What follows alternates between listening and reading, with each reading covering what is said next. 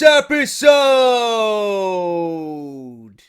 of Off the Script, number 167, part number 2, for your Saturday, April 29th, 2017!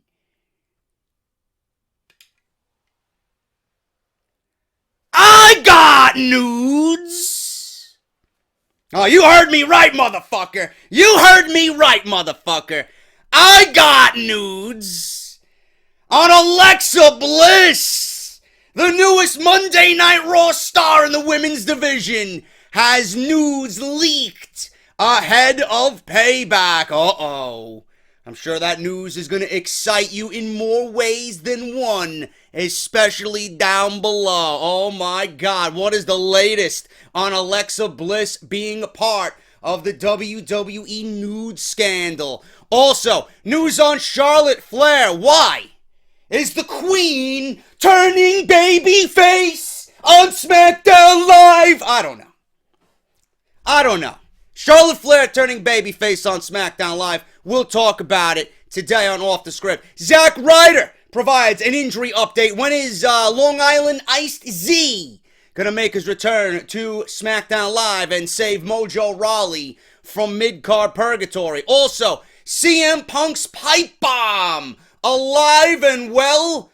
Current WWE superstars shoot on the infamous promo from CM Punk. Major character changes coming for Becky Lynch on SmackDown Live. Does this mean a potential heel turn for the Irish Lass Kicker? And oh my God, great balls of fire! WWE, why don't you suck on these great balls of fire? You fucking assholes! All this, plus so much more, right here on Off the Script. Jesus Christ. And you're telling me they can't bring back King of the Ring? Oh, great balls of fire! JD from New York, 206. It's time for Off the Script. Big Show and Ryback, Strowman and Roman. Get off my fucking TV and save me the misery. And all you fucking goons, just grab a cold beer. The man of the hour is finally here. JD from New York, 206. It's time for Off the Script. JD from New York, 206. It's time for Off the Script.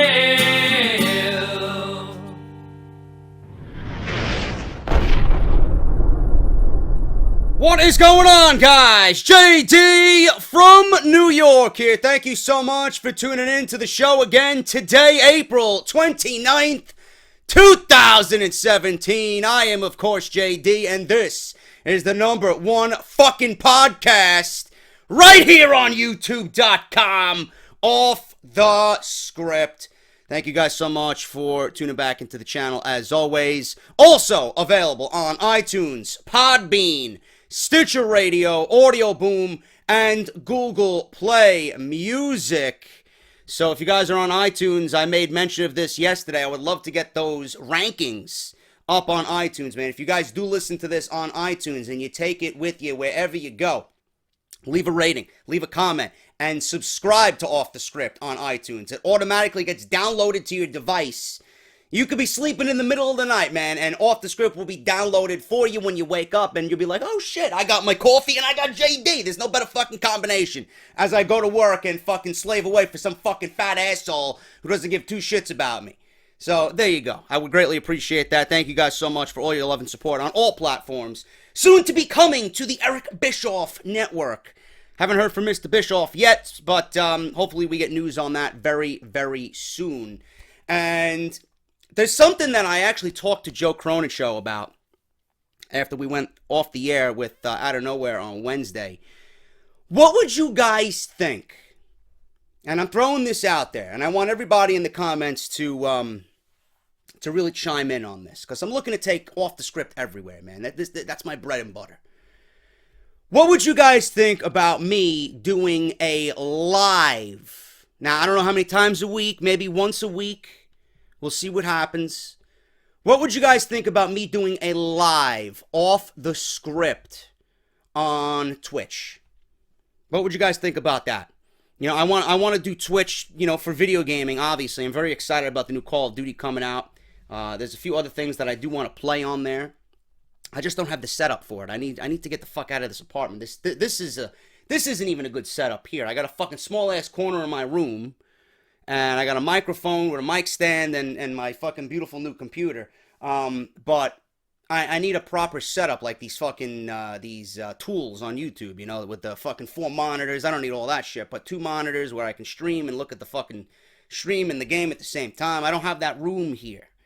And eventually I have hopes to get out of here and just move into a nicer place. But what would you guys think about me doing Off the Script live on Twitch? Look at the chat, take questions, do what we usually do, go over, you know, it'll be like a recap. We'll discuss, you know, all the news and rumors during the week in one big show, you know. Obviously you guys are still going to get this first and foremost with the most updated news and rumors, but I figured I expand. You know, I figured I expand, maybe take Twitch. Maybe that'll be a great way. You guys associate me with Off the Script anyway. I think that'd be a great way to build a fucking Twitch channel and get a partnership over there fairly easily. What do you guys think? So let me know what you think about that down below. I was contemplating that ever since I talked to Joe off the air on Wednesday after Out of Nowhere, because he actually went live with Out of Nowhere Extra, or whatever you want to call it. We were taking questions from the chat. You know, so we were taking donations still. What would you guys think about that, but for Off the Script? Let me know what you guys think down below in the comments of this video. If you guys missed yesterday's episode of Off the Script, it is live right now. Payback, preview, and predictions. I did my best with basically nothing. So make sure you guys go and check that out. Link will be in the annotation that you see on the screen right in front of you in the top right corner of this video. Along with that, you're going to get Monday Night Raw review hosted by Nakamura. Sushi Mora? You know, I think he's got some of that good soy sauce, man. You know, he hosted it. He went over Sushi Mora and Dumpling Mora and the love for the Roman Empire. He was there. The fucking, the Beaver himself was there. So make sure you guys go and check out that Monday Night Raw review live on the channel right now. Which is coincidentally my highest rated video ever. You guys are fucking crazy, man. Smackdown live review, that is live on the channel as well. NXT review is live on the channel right now as well. 2 Off the Script extra videos if you guys want additional news. I got news on Mauro Ranallo and the real reason why he, was pretty much forced out of WWE, all because of Vince McMahon. No surprise there, but we talk about that. A very, very heartfelt angst against the WWE. So if you guys want to go check that out, please do so. And news on the Broken Hardys. We discussed it in yesterday's video a little bit. We went over it for the first time in Off the Script Extra, plus so much more news. All that stuff is live on the channel right now. Make sure you guys go and support. If you guys want additional content, it is all there for you. Some of you said I got ads. Some of you said I got no ads. I went to go look. I got no fucking yellow bars in my box. I don't know what the fuck's going on. I might as well just fucking shoot myself because YouTube fucking sucks and it's fucking over its content creators. Don't know what's going on, but we're just going to keep trucking along, man. And you guys are fucking awesome anyway. You're making it a lot easier. Patreon.com/JDFROMNY206. The best way to support the show monthly. You guys can pledge monthly. $1 a month goes a long way. I know it's cheesy. I know it's fucking, said by everybody, but it's true, man. We got almost 80,000 subscribers here. $1 a month goes a long way. If we get a fucking tenth of that, we'll be good. So if you guys want to pledge monthly, that's the best way to do it. It's up to you what you can afford or not. $1 is all I ask. If you guys want to do more, if you feel comfortable doing more, if you can afford doing more, please do so. That's patreon.com/JD206. Our next mission statement is to get to SummerSlam and be around the SummerSlam festivities and do what we did last year, pretty much. And again, obviously, WrestleMania 34 coming to New Orleans. I definitely want to work towards that as well. You guys are amazing in everything, and your love and support. Again, I want to thank T. He reached out to me with a very heartfelt tweet. I did see your tweet, brother. Thank you so much. He pretty much stated that, you know, I'm part of his family just as he is a part of the Off the Script family. Thank you so much. Again, thank you to Federico for that heartfelt letter yesterday on Off the Script. And I'm sorry for getting emotional, but it just comes out, man. I don't like hiding it. And I can't help that kind of thing. So I know you guys say don't apologize, but it is what it is, man. But you guys are kicking ass with the Patreon. Patreon.com/JD from NY206. AudibleTrial.com, man. We are absolutely on fire with Audible, and I hope this continues into May. AudibleTrial.com/OffTheScript. You guys get to try their service out free for 30 days with one free audiobook of your choice, no matter what it is, man, you want to listen to. It is on there. Over 180,000 books to choose from. A lot of those are wrestling related, and a lot of those guys who want the wrestling related stuff are cashing in on the AJ Lee book, Crazy is My Superpower. I'm hearing very, very good things about it. So make sure you guys jump on the bandwagon and check out AJ Lee's new book, Crazy is My Superpower, free with audibletrial.com. 30 days free service. And if you guys cancel within those 30 days, you get to keep your audiobook no matter what. Compatible with iPhone and Android. Download the app and you're all set to go. Great way to support the show. Just visit audibletrial.com/offthescript. We are sponsored by LootCrate. Finally! After all these fucking months, www.trylootcrate. Once again, that's www.trylootcrate.com/offthescript. If you guys are interested or have been interested in Loot Crate, that's a great way to jump on board, man. You use that link. That's my partner link. You sign up for whatever subscription you want. You're going to enter the coupon code JDFROMNY at checkout. You're going to save 10% off your first subscription, man. You can't beat that. Once again, that's www.trylootcrate.com/offthescript. And finally, barbershopwindow.com for your t-shirts. barbershopwindow.com/offthescript. $19.99. They ship worldwide, no matter where you are. 9 different designs on there. Great way to support the show. We are officially partnered with Pro Wrestling Tees and Barbershop Window. So make sure you guys get your t-shirts today. Follow me on Twitter at JD from NY206. Hit that subscribe button and hit that bell for your notifications right here on YouTube.com. And that is it, man. Thank you guys so much for all your love and support. WWE has announced that this July, instead of giving us, I don't know, the Great American Bash, Bash at the Beach, King of the Ring, something that we as wrestling fans can look at. I can't wait for that show, man. I can't wait. It brings back nostalgia. It brings back memory. It brings back excitement. What does WWE do? They're in the fucking board meetings and they're in the fucking the meeting rooms with Vince McMahon. What can we do? What can we do to put for a pay-per-view in July? What can we do, Don? What can we do? I don't know, Vince. I had a nice Mexican meal with a side of wood chips. I had to go to the bathroom, and I shit out what looked like great balls of fire. Oh, Don, you did it again. That's a great name for a pay-per-view. Great balls of fire. I think that's what we're going to do. King of the Ring. These smart marks, they don't want King of the Ring. They want something new and refreshing. Bash at the Beach. That's WCW. Fuck WCW. Great balls of fire. Oh, Kevin Dunn, you did it again, my friend. Tonight, you get an extra ball to tickle. Oh, thank you, Vince McMahon. Can we invite Roman Reigns? Can we invite the Roman Empire? Nakamura? I don't want him there, man. His balls are filled with soy sauce. We don't want him. That is the minds behind the creative meetings in WWE. Great balls of fire. Great balls of fire. Hey, Vince, why don't you suck on my great balls of fire? You know, I got some homemade fucking hot sauce brewing in there. You know? What the fuck is their problem?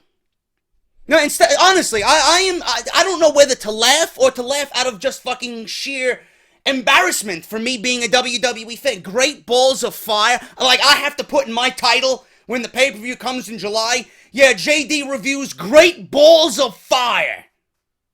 Are you fucking kidding me? No, we can't get King of the Ring, though, right? Yeah, SmackDown's got Money in the Bank. Raw's got Great Balls of Fire. Can you please explain to me why we can't get King of the Ring and make something in WWE, well, I don't know, worthwhile, prestigious, important? This sounds like a fucking disaster waiting to happen. Who's going to be in the main event? Kane? They're gonna promote Kane in the main event? That's all we need now, you know? No, this is being billed as Brock Lesnar's first WWE title defense. This is what they announced here. Let's listen to this. Dallas on Sunday, July 9th. A brand new Raw exclusive pay-per-view debuts at the American Airlines Center. WWE Great Balls of Fire. It is time to represent a new era of champions. The Beast Incarnate, Brock Lesnar, Absolute dominance personified. defends the Universal Championship Brock is back and on top of Raw. for the very Oh my first God. time. It's WWE Great Balls of Fire, live Sunday, July 9th. Tickets are available Friday, May 5th. For those in Dallas, I feel sorry for you. You should take your money elsewhere, please. Do not feed the WWE corporate agenda. That is fucking garbage. It was rumored that the Bad Blood pay-per-view was returning in July for the Raw brand. It turns out that WWE has changed their plans and created something new. There's apparently a new pay-per-view coming and it has a very strange name. WWE Great Balls of Fire. This event will be a Raw exclusive. Wow. Look at that. Garbage coincides with fucking garbage. Of course this would be a Raw pay-per-view. You think fucking Smackdown would have something this lame? This will be a Raw exclusive pay-per-view and it will take place in the American Airlines Center in Dallas on July 9th.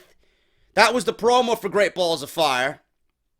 Brock Lesnar is advertised to defend his WWE Universal Championship at this event, more than likely against Braun Strowman. Certainly one of WWE's most unusual names for pay-per-view that we have ever heard.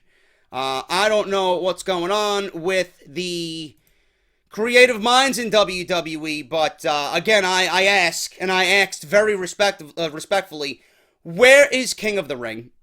Why can't we get King of the Ring?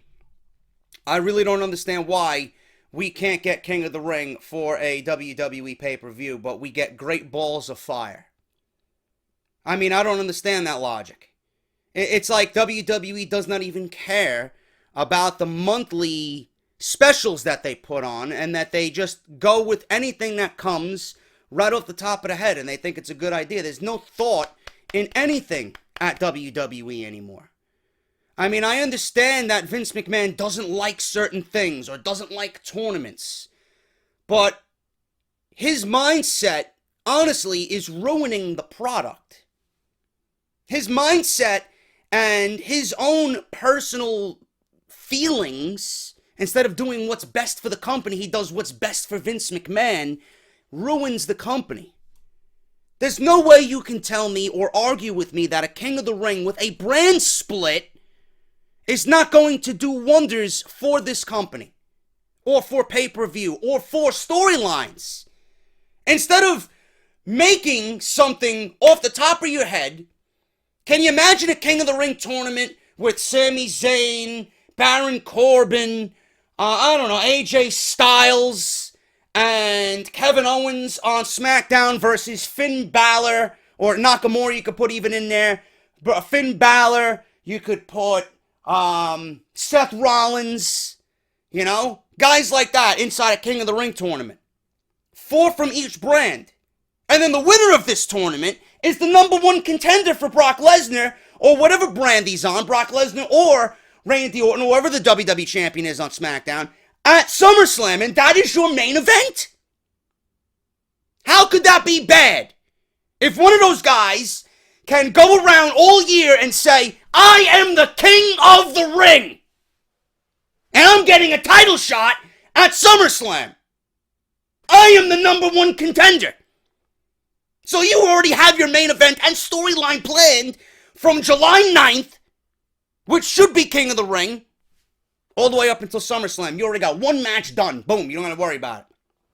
You don't got to worry about it. Then you can worry about the other main title and what you want to do with that title at SummerSlam and work your way down the card. No, but they want to give us great balls of fire, right? I have great balls of fire every time I eat Chipotle. So when I do that, it's going to be indicative to what I think of this pay-per-view. I'm just going to look in the fucking toilet after I eat a hot Mexican meal, and there you go. Great balls of fire. Flushed right down the toilet. That's what this pay-per-view is going to do. Flushing it right down the toilet. Give me a fucking break, dude. Absolutely pathetic creative minds in WWE. I'm embarrassed that I have to sit here and tag this and title it Great Balls of Fire 2007. Are you fucking for real? Are you for real? God almighty, man. Anyway, moving on. Enough of the fucking Great Balls of Fire. WWE pipe bomb. CM Punk pipe bomb. Various WWE stars shoot on CM Punk's infamous promo on Monday Night Raw. CM Punk's pipe bomb has become a legend in the making, or a thing of legends. On June 27th, 2011, one of my favorite segments of all time in the history of Monday Night Raw. CM Punk sat on the ramp and voiced his frustrations with WWE, breaking the fourth wall in the process, including shots at several stars, including Cena, Triple H, Hulk Hogan, Vince McMahon, and The Rock. Years have passed since this promo, but it still remains one of the most talked about in WWE history. Several stars gave their take on Punk's infamous pipe bomb, and this is what they had to say. Road Dogg on the impact of the pipe bomb. Road Dogg, in an interview with WWE.com, gave his thoughts about the promo. At the time of this interview, Road Dogg had just returned to the company. He was also the one who gave Punk the 2011 Slammy Award for Pipe Bomb of the Year. Ooh. As if Punk really has that fucking award sitting on his fireplace. He says that the promo started a revolution and that it helped launch Punk's popularity. I quote from Road Dogg, "I think it caused a revolution. To be quite honest with you, I think people who know the inside track, they always want to hear somebody who drops that on national television. I think that's what brought CM Punk to the forefront, and now his popularity has just grown ever since. It's fun to see him on all of our live events and just how popular he is. He never ceases to amaze me. It takes charisma, it takes personality, and Punk has loads of both." It was clearly a star-making moment for CM Punk. I agree with Road Dogg that it definitely... Punk was popular before that, but he opened many eyes with that promo on John Cena. Nobody knew it was coming, and to me, with that pipe bomb being dropped on Monday Night Raw, it led to one of the best storylines, I think, in WWE history, because it took something that was based on real life and it was brought to television. And when you have that happen, it's always the best way to go about it with a storyline. Jim Cornette even went on about the pipe bomb. Cornette has a reputation for being very old school, as you guys know, his mentality about the wrestling business and all that. So how does he feel about the Punk pipe bomb? Punk broke the fourth wall. Turns out, Jim Cornette loved it. He had an interview with Inside the Ropes. He praised Punk for speaking the truth. This is what he said. "So CM Punk," and I quote, "So CM Punk and I saw it. I've been clean and sober from WWE programming for quite some time now, but I did watch that. It was a tremendous performance, and it was a tremendous delivery. He said things that a lot of people wanted to say, and he made himself in one night. The new Steve Austin.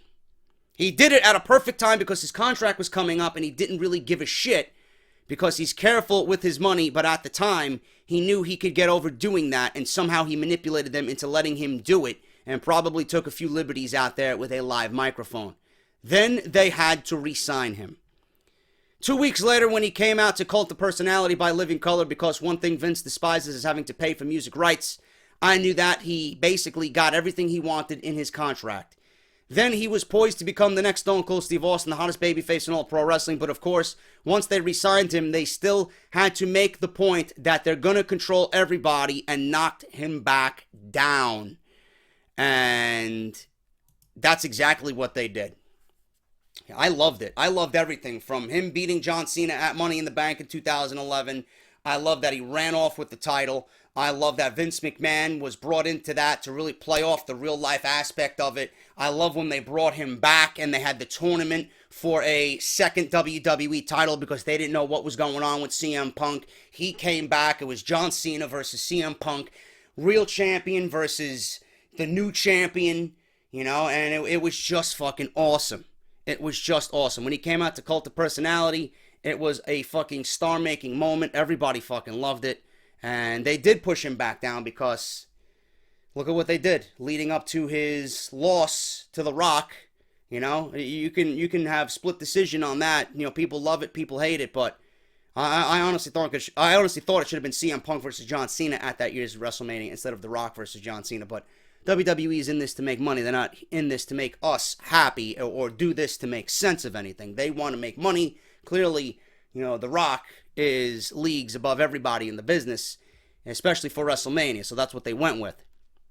John Cena gives his thoughts on the pipe bomb. Cena was inside the ring when all of this happened, coincidentally, when Punk was cutting this promo. He also was the victim of many Punk's comments in the promo, even though Punk says that he does actually like John Cena. Punk said Cena was better at him than only one thing, and that was kissing Vince McMahon's ass. From a 2012 interview with WWE.com, Cena spoke out about the promo. As expected, Cena took the high road and praised Punk for his breakout performance. This is what he said 1 year later.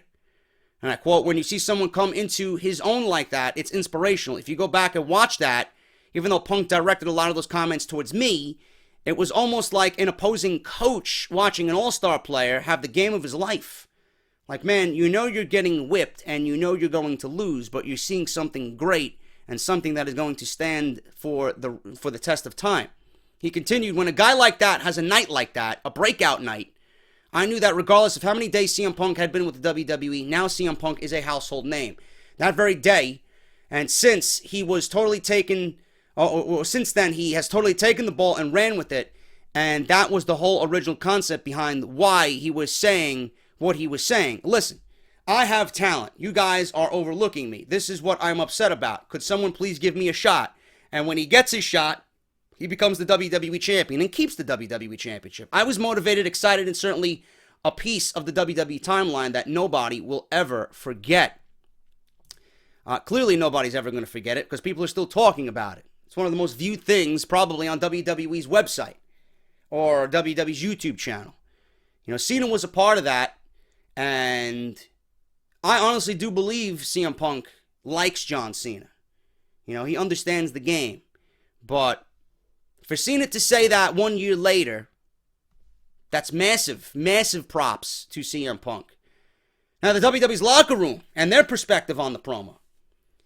So what does everybody else in the locker room think? Zack Ryder couldn't even believe it made live TV. He says, and I quote, "I remember I was watching the backstage monitor and I was like, wait a minute, is this live on TV? He was just saying these things about the company that seemed pretty unbelievable. They even cut the mic out from under him. You knew it was one of those moments that created controversy and people were tuning in the next week to see what would happen. That's for sure. I definitely approved and agreed with what he was saying. I was saying similar things on my YouTube show, so when a superstar like Punk voiced his opinion, maybe it made people realize a change was necessary. Nothing really changed at all. It made Punk into the superstar that he is, but it didn't change the internal workings of WWE whatsoever."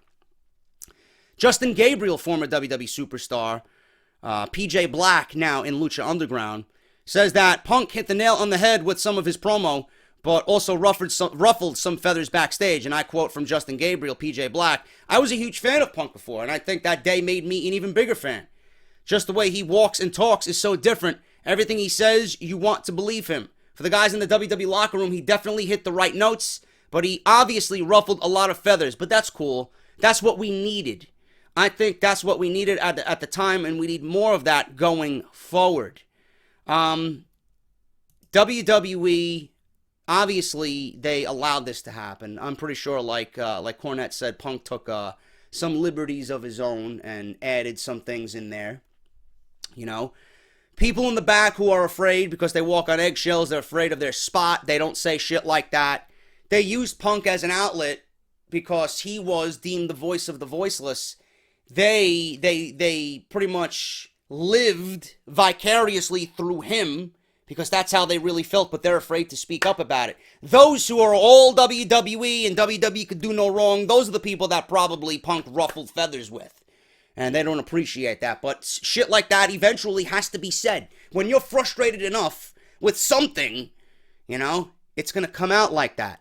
So I loved it. Everybody loved it. It's one of the best moments on WWE television, bar none. Triple H even chimed in on this.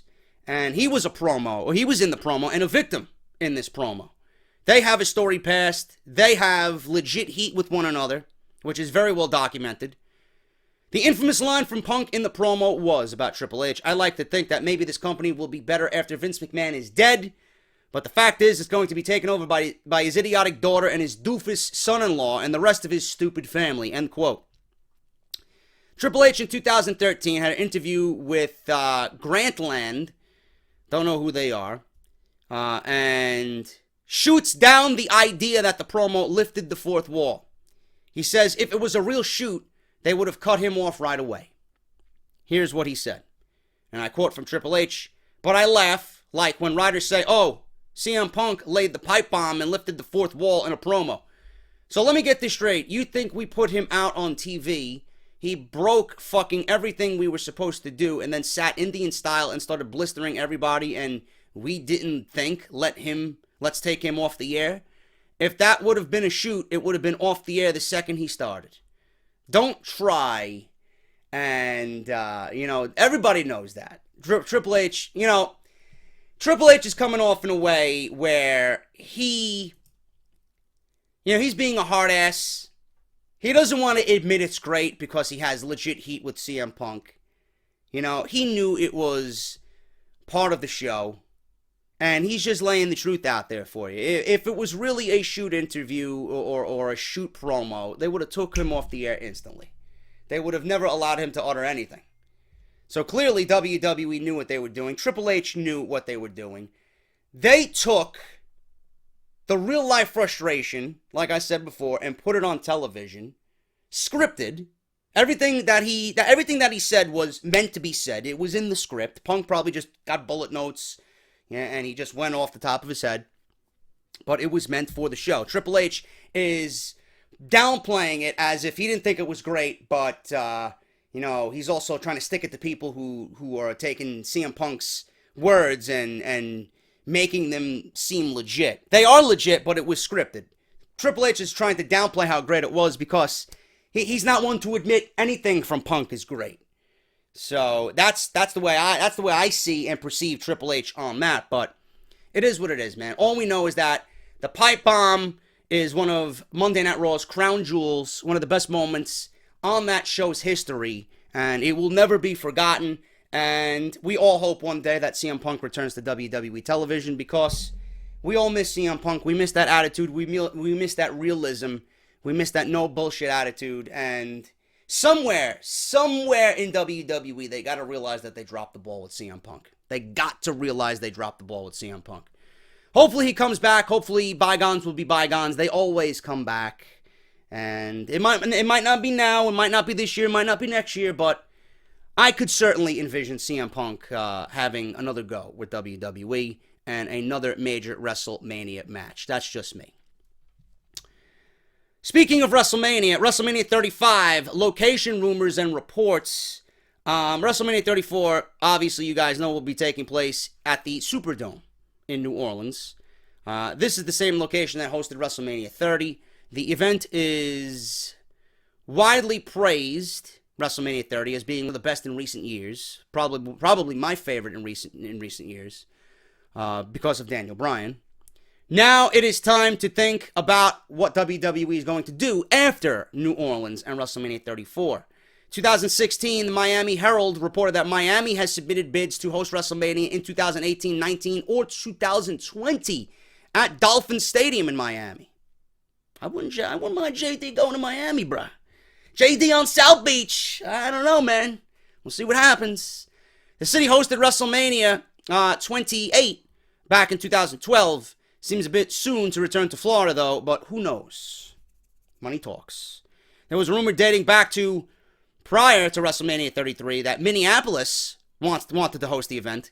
They were a finalist for the past few years and have a brand new stadium, US Bank Stadium, that opened in 2016. The stadium is being hosted, or is going to host the 2018 Super Bowl, so it is no stranger to big events. Philadelphia unsuccessfully submitted a bid to host WrestleMania 34, but they were among one of the finalists. The city that was Philadelphia is now awarded the 2018 Royal Rumble instead as a consolation prize.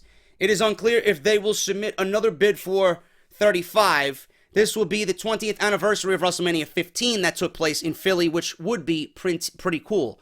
According to Indy Star, Indianapolis fell short in their bid for WrestleMania 34. The mayor is apparently a big pro wrestling fan and wants to see the event come to Indianapolis.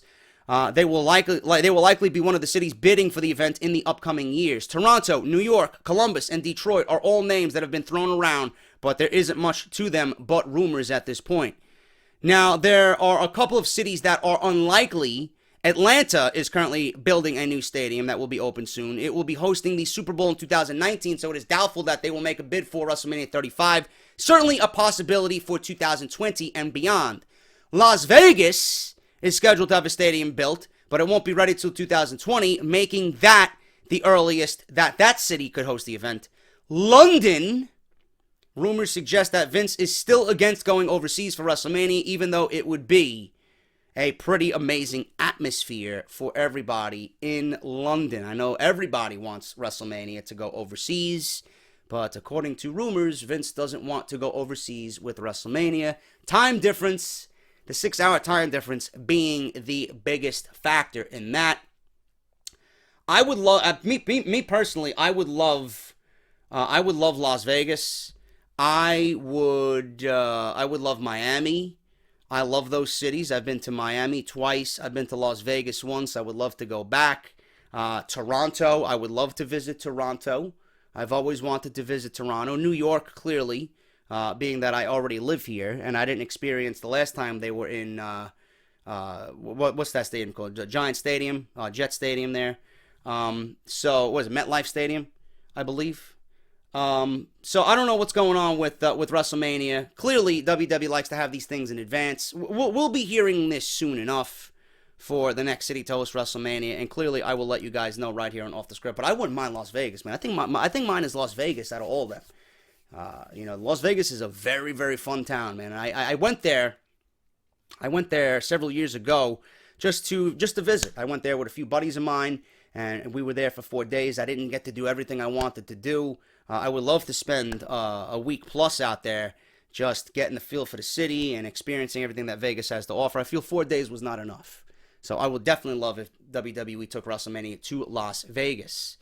Charlotte Flair and why she is turning babyface. Don't understand this one.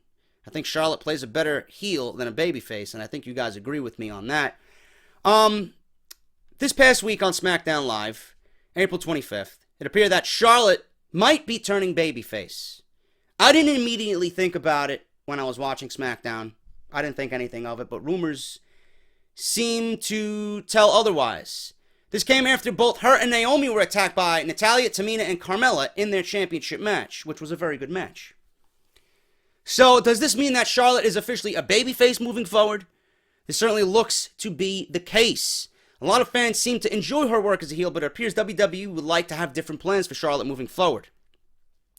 According to Dave Meltzer and the recent Wrestling Observer newsletter, the likely reason why WWE is turning Charlotte is because they want to make her the women's face of the SmackDown brand moving forward. WWE feels that with Charlotte's name value, the daughter of Ric Flair, obviously, and ring presence, that she can be a huge star and a fan favorite for years to come.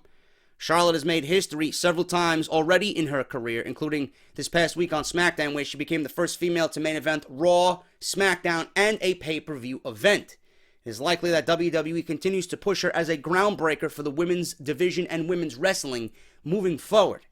Now, the one problem that they have is that SmackDown right now is lacking heels. Okay, you got Natty, you got Carmella, and you got Tamina.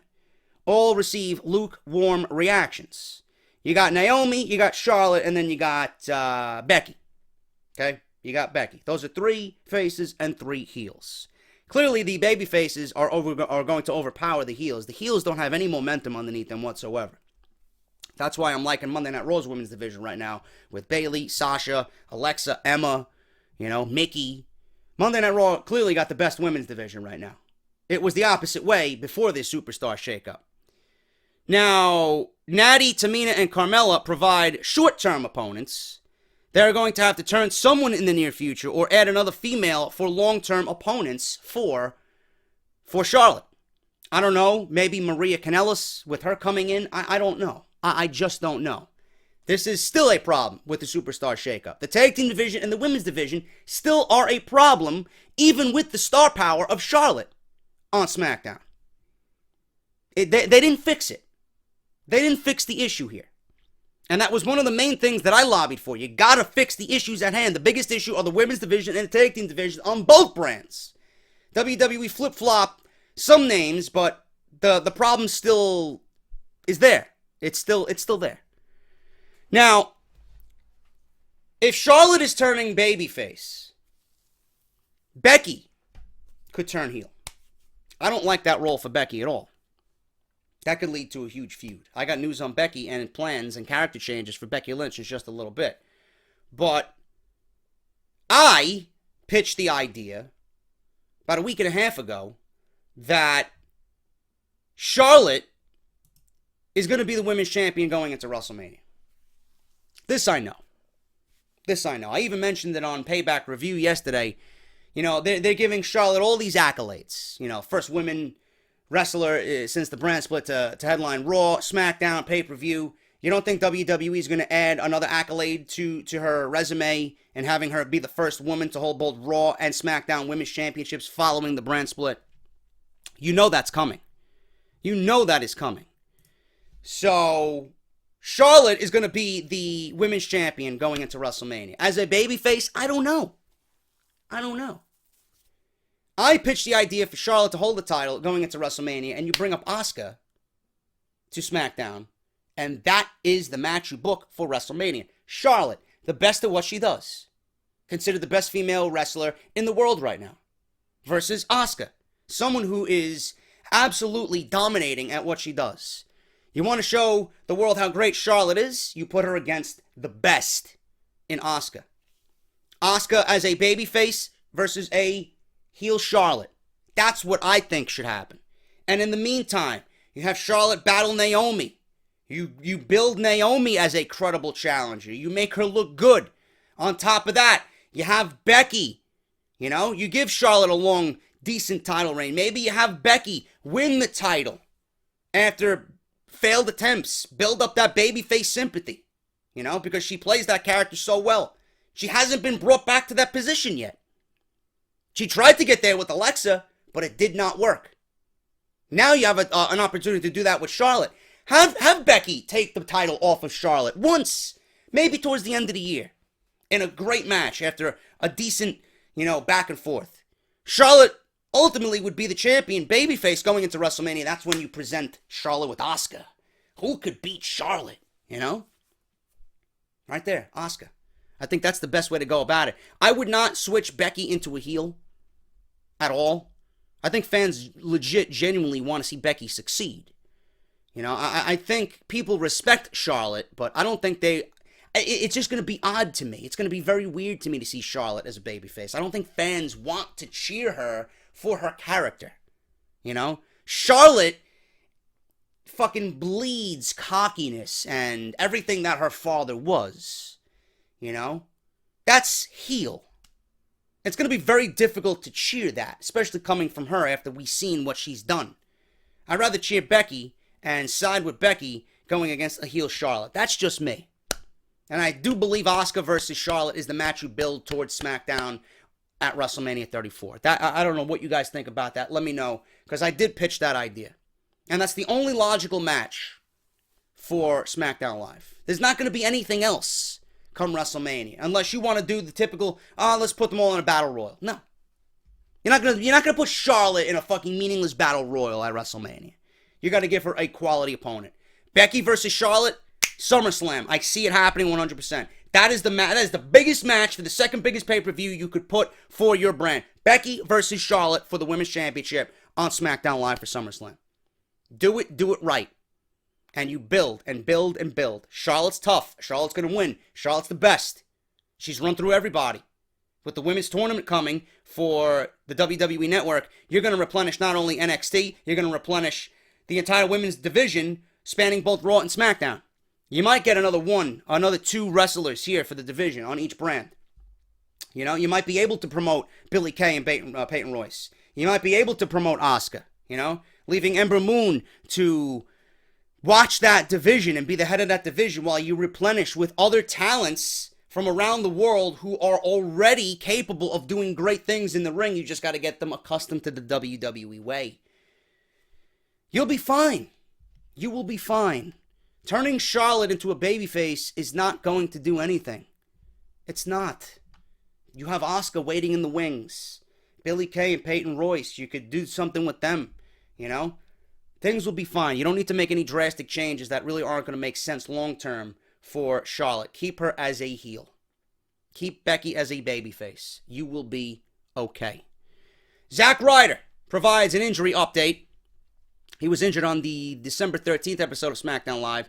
Him and his tag team partner, Mojo Rawley, became number one contenders for the SmackDown Live Tag Team Championships after Ryder won a Battle Royal for the team, which I remember that, and it was a very, very good Battle Royal. After the match, it was clear that Ryder was in a lot of pain. It turned out to be a knee injury that required surgery. Ryder was expected to be back in the ring from 4 to 9 months, depending on his recovery and rehabilitation. It appears as if he is on the early side of that number. Ryder took to Twitter to provide fans with an injury update. He got back into the ring for the first time on Thursday and ran the ropes. He says, today was a big day on Twitter. This was on the 27th at 12:30 p.m. Today was a big day. Got back in the ring for the first time since I was injured in December. Hashtag return of the Zack. Hashtag Z true comeback story. Hashtag a new hope. Zack Ryder also said that same day at dinner time around 6 p.m., I ran the ropes today. I blew up. I loved it. So it doesn't give us an exact time frame to when he's going to come back. It is positive that he's back in the ring already. We could see him sometime this summer. You know, with the Seth Rollins knee injury, it's very tricky. You can come back early. You can come back, you know, when the doctors say you can come back. It all depends on the recovery process. But Zack Ryder being back on SmackDown, especially now, to me, is an important piece to that puzzle because I think he's going to add a lot to the tag team division, and I think he's going to help out Mojo Rawley. I don't see anything coming from Mojo Rawley the way he is right now. I think Mojo's success relies on Zack. And I think Zack Ryder's success relies on the Hype Brothers. And I think the Hype Brothers' success is going to come in the tag team division. That is just me. Okay? Zack is over by himself. Zack is fine by himself. I could see Zack fighting for the United States Championship again. I could see some good matches between him and Kevin Owens. But I think the most bang for your buck with both Mojo and Ryder are in the tag team divisions. Because I like the Hype Bros. I like them as a tag team. I really do. I like the in-ring skill of Zack Ryder mixed with the power and the intensity of Mojo Rawley. I think they are a great team together and could get over if pushed properly. That's just me. Hopefully we see Zack Ryder come back, and hopefully he's back soon because I think he could add a lot to SmackDown Live. We're going to go over these two stories here before we end off the script. I want to go over this one here. Alexa Bliss. I don't know if this is true or not. I really don't know if this is true or not. This is coming from the UK's Sun. Okay? I believe I heard some of you say the Sun is nothing but a tabloid piece of shit. Company, tabloid magazine, whatever it might be. But they are reporting that Alexa Bliss has explicit nudes leaked online ahead of Payback. I don't know if this is true or not. So please take this with a pinch of salt, okay? I'm not saying that there are nudes out there. I'm just reporting what was in my news and notes today. Alexa Bliss is being now pulled into a nude scandal with explicit pictures of the WWE Divas star reportedly hitting the internet in the latest act, apparently targeting the wrestling company's women. Alexa Bliss, 25 years old, was seen in a series of explicit images leaked online this week. The UK's Sun is reporting. The naked pictures of Alexa Bliss have reportedly spread quickly, with the report noting dozens of X-rated websites running them claiming to be ex-Smackdown Women's Champion. The leak is the latest to target the female talent in the WWE. Last month, obviously, you guys know if you've been living under a rock, Paige had nudes and video leaked online. They came the same time that nudes of actresses Emma Watson and Amanda Seyfried, reportedly, I don't know if I pronounced that right, I don't know who the fuck she is, reportedly hit the internet, leading many to believe it was part of a coordinated hacking attempt on celebrities like the one that hit dozens of celebrities back in late August 2014. Paige spoke out about the scandal, sharing on Twitter that her pictures were stolen. She says, personal and private photos of mine were stolen, and unfortunately they were shared publicly without my consent. There were rumors at the time that the nude photo scandal could sink Paige's WWE career. The wrestler had been in some trouble in recent months, including a 30 and 60-day drug policy violation. She left the following month for neck surgery and then received a 60-day violation soon after the 30 for a second wellness policy violation. At the time, Paige seemed to blast the WWE for their alleged uneven treatment of their talent. She says on Twitter, same shit, different day. Kids, please don't get prescriptions or doctor's notes. Not acceptable. She wrote online, according to the UK's Sun. Paige added, rules apply depending on your status. So she went on a fucking rant about political agendas in WWE. In the weeks that followed, the leaked pictures and video of Paige and other nude photos emerged of WWE stars Caitlyn and Maria Kanellis. Clearly, the videos, as you guys know, with Paige showed Xavier Woods of the New Day and Brad Maddox, who is not a WWE employee anymore. Some targeted the leaked nude photos have denied that they were authentic. Summer Rae was also a part of this. She downplayed it, though the one picture I seen looked very, very similar to what Summer Rae looks like, who had what alleged to be nude photos leaked at the same time, claimed that it was not really her. As they say, don't believe everything on the internet, she tweeted at the time, and that was via the UK Sun as well. There's people out there with a lot of time on their hands and a big imagination. The alleged nude photos of Alexa Bliss come at a particularly tough time for the WWE wrestler. Bliss is a rising star who was just moved from SmackDown to Monday Night Raw, and CBS Sports noted that she appears ready to step into the spotlight as the top woman in the company. And they quote, the restructuring of the women's divisions after WWE Superstar shakeup has been strong, including Charlotte making an instant beeline for Naomi's SmackDown title. But while that feud took a slight step back this week when an unnamed stable attacked Charlotte during the main event title bout this past week on SmackDown, the Raw women continued to shine thanks to Alexa Bliss. The former two-time SmackDown champion instant push has been strong, with Bliss proving, without a doubt, she's the best woman on the microphone that Raw has to offer right now, and I completely agree with that. Complete with stiff arm of the crowds knowing what chance this week. Bliss was just as strong when she willingly took a count-out loss against Sasha Banks, only to be blindsided by Bayley moments later, leading to their match on Sunday at Payback. The leaked photos also came ahead of Alexa's match in the first post-WrestleMania pay-per-view event, Payback. She is scheduled to take on Bayley for the Raw Women's Championship Sunday. Many people are actually expecting Alexa Bliss to win. I don't think so. I think Bayley's going to win. As I mentioned in my Payback preview and predictions yesterday. It is not yet confirmed that the naked photos of Alexa are authentic, and the WWE Diva star has yet to comment on the matter as well. If you guys have heard anything, let me know. I just want to get it out there that it's being reported, and this is not the first time I heard it. This was in my notes. So if you guys know anything or hear anything, let me know, but please take this with a pinch of salt. I do not want to see Alexa dragged into this because of some fucking idiot online who's got no life and he's out there to just fucking poke fun and ruin somebody's career. Don't want to see it, okay? Her private life is her private life. Keep it at that. Worry about what she does professionally and be entertained by what she brings to the table inside that ring and on Monday nights. Leave it at that. I don't want to see anybody else get dragged into this bullshit because people are vindictive and have nothing else better to do than ruin somebody's life. Okay, didn't want to see it happen to Paige. Didn't want to see it happen to Xavier Woods. Didn't want to see it happen to anybody. Okay, I don't want to see it happen to Alexa Bliss. Just leave it at that. Take it with a pinch of salt, but it is being reported. Finally, guys, we're going to end this episode of Off the Script here. WWE officials have major character changes in mind for Becky Lynch on SmackDown Live. WWE officials have made some big changes to the women's division on both Raw and SmackDown, but there could be major changes coming to one of SmackDown's biggest babyfaces.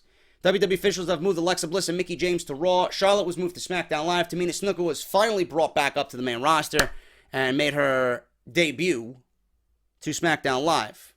Aside from the roster changes made by WWE officials, the new battle lines have been drawn and new alliances have been formed.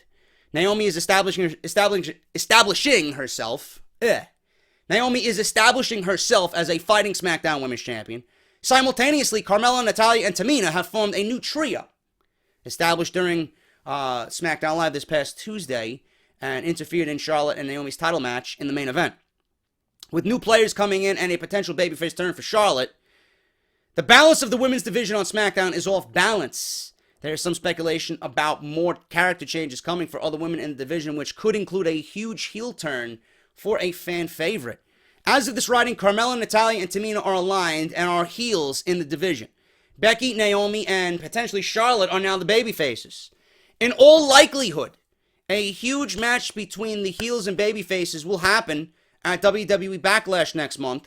Afterward, there will most likely be some changes as Charlotte reestablishes herself as a face on SmackDown, which will impact the rest of the roster. It has been reported that WWE is planning to push Charlotte as a top female babyface on SmackDown for the foreseeable future. That seems like a logical way to book the division on the blue brand, but there is a lack of heels for her to work with after Backlash. She's already feuded with Natalya. Carmella does not seem to be ready for that type of feud, and Tamina doesn't have momentum to challenge Charlotte in any way, shape, or form on SmackDown Live.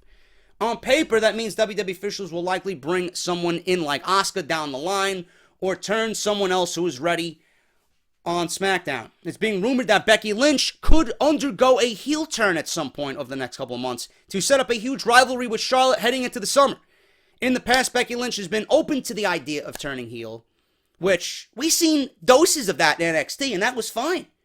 I think, I know I stated, what we see on Monday Night Raw and SmackDown with Becky, it is a babyface that we would love to get behind, but it's also the potential for Becky to break out, because I know inside that she can play a really, really good heel.